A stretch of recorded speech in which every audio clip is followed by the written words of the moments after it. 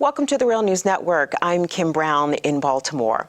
So one of the campaign promises from President-elect Donald Trump was to lock up his Democratic opponent, former Secretary of State Hillary Clinton, for her alleged use of a private email server while she served as the nation's top diplomat. Now, while we haven't heard much from Trump after the election about whether or not he intends to see this campaign promise through, at least one person, a prominent civil rights activist, has already called on President-elect Trump to preemptively pardon Hillary Clinton.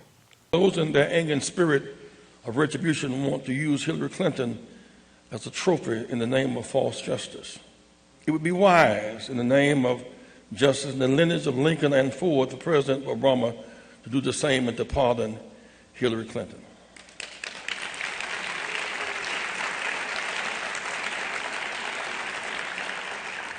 President-elect Trump, while the presidential candidate, promised to appoint a special prosecutor to investigate Secretary Clinton and try to put her in prison. Even though Secretary Clinton has not been legally accused, indicted, tried, or convicted of anything. President Obama should follow President Ford's example and offer a preemptive full pardon and inoculation against politically motivated prosecution in the spirit of healing the divisions in our country. Well, joining us now to discuss this possibility is the executive editor of the Black Agenda Report, Glen Ford. Glen is joining us today from Plainfield, New Jersey. Glen, thanks for being here. Thanks for having me.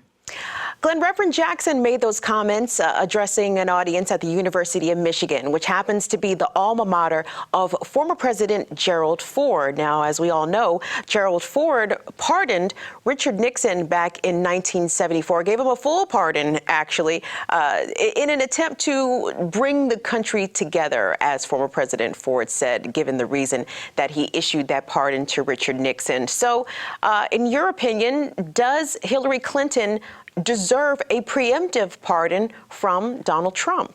Well, I think the first thing we need to say is that Reverend Jackson's behavior actually reveals a great deal about not just himself, but about this Black misleadership class, as we describe them at Black Agenda Report. And we call them Black misleadership class because their loyalties are only to themselves and to their rich patrons, and most of their patrons are in the Democratic Party. And Malcolm X would have something to say about Reverend Jesse Jackson at this point in history.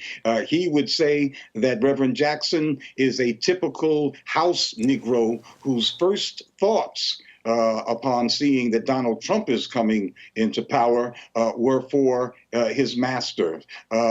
So Jesse Jackson says, please don't put my master in jail. He wasn't thinking about other pardons that President Obama might bestow. He has almost unlimited powers of pardon. But the first person he thought about was Hillary Clinton. He didn't think about those political prisoners who've been sitting in prison for 30 or 40 years. He didn't think about Assata Shakur, who he put a $1 million bounty on her head. And so she's sitting there in exile in Cuba, but now he's worried about Ms. Hillary. Reverend Jackson was speaking in Michigan, but he didn't even think about his fellow Black Baptist minister, Reverend Edward Pinckney, who's sitting in a prison in Michigan for the crime of organizing Black people to vote. So Reverend Jackson is showing his true colors. Of course, he's been around a long time, and he's shown those colors many times before. But I think this is about as shameless as it gets. After asking for a pardon for Hillary, Reverend Jackson then asked his student audience to be sure not to tolerate violations of human rights. But the only human being whose rights or whose condition he specifically made a request on behalf of was a rich white woman. And I think that says it all about Reverend Jesse Jackson. It says it all about the Black misleadership class. And I, for one, am never going to pardon them. So, Glenn, all right, on the flip side of that, so perhaps Reverend Jackson made this call in an effort to maybe help Donald Trump to prove that he is not about to take on or lead an authoritarian regime, one that arrests and calls for the arrest and prosecution of his political enemies or his political opponents. Would it be good for the reconciliation of America along whichever divides and fissures we may find ourselves on? Is it good for the quote unquote bringing together of the country if this were to happen, and so that Hillary Clinton necessarily doesn't have to worry about Donald Trump trying to prosecute her at some point in the future? Why should Americans be reconciled based upon forgiveness of criminality, especially criminality that is ongoing? And I'm talking about Hillary Clinton and the Clinton Foundation, which was based upon the trading of political influence for fabulous amounts of money. This is a corruption on the face of it, and we're supposed to be reconciled to that. Now, this has nothing to do about whether you like Trump or not. It has to do whether you like corruption in politics or not. It has to do with why folks are loyal to someone who is trading our political favors for personal wealth. If that's the basis for reconciliation, well, I don't know who these partners are. They're not reconciling on the basis of justice for people who actually have been wronged by the criminal justice system, but for a person who has spun and manipulated the system to her great personal benefit. Well, just for clarity's sake, I don't think that it was the alleged pay for play or the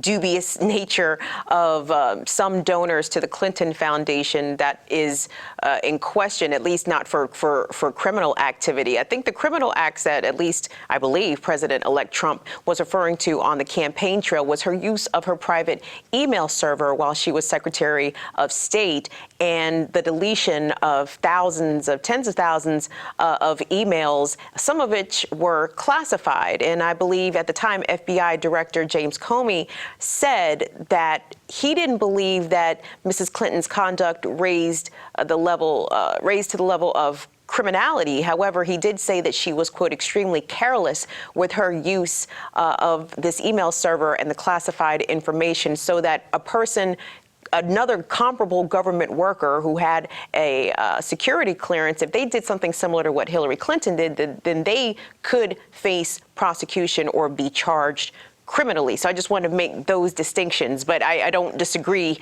with what you said regarding corruption, but I just wanted to make that point.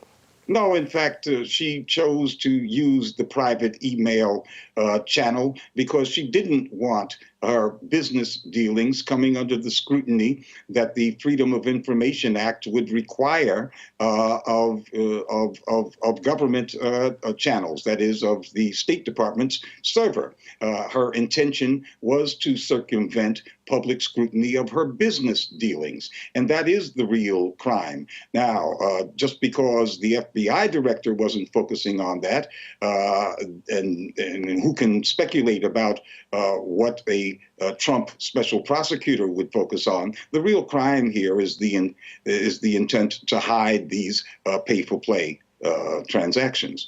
That is the deep corruption, and not some technical misdemeanor choosing to use for innocent reasons a private email rather than the State Department's. Indeed. We've been speaking with Glen Ford. He is the executive editor of the Black Agenda Report. Glenn, we appreciate your analysis as always. Thank you. Thank you. And thank you for watching the Real News Network.